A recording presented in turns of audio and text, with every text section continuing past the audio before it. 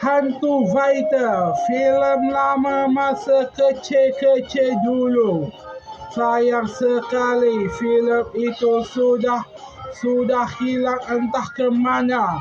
Mencari-cari tidak jumpa, hanya trailer saja yang ada.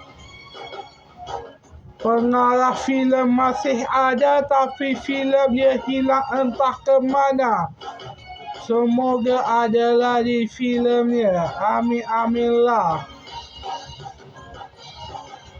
Berapa banyak filem bertema manusia lawan hantu di Malaysia?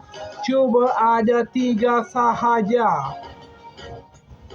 Hantu Fighter adalah filem pertama. Sementara filem lain Alif 7 Memengsing yang kedua. Sementara filem Mikael Pemburu Dua Alam yang ketiga.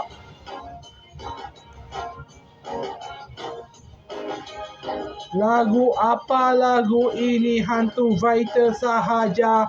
Sila lihat sendirilah filem itu di mana. Ku ingat tak tahu di mana dia. Kok tak tahu, kok tanya saya. Nasiblah, nasiblah. Semoga hari esok masih ada filem itu.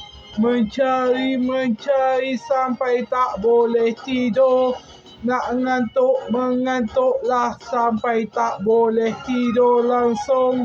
Nak tidur tak boleh sebab fikir Hantu Fighter. Siapa pengarahnya aku tidak ingat. Rasa nama dia Hari Chang. Pun tak pasti entah apa dia filem itu. Sila komen kalau anda ingat tajuk filem Hantu Fighter.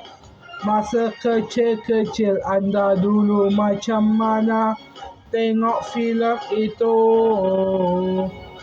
Filem itu. Filem itu.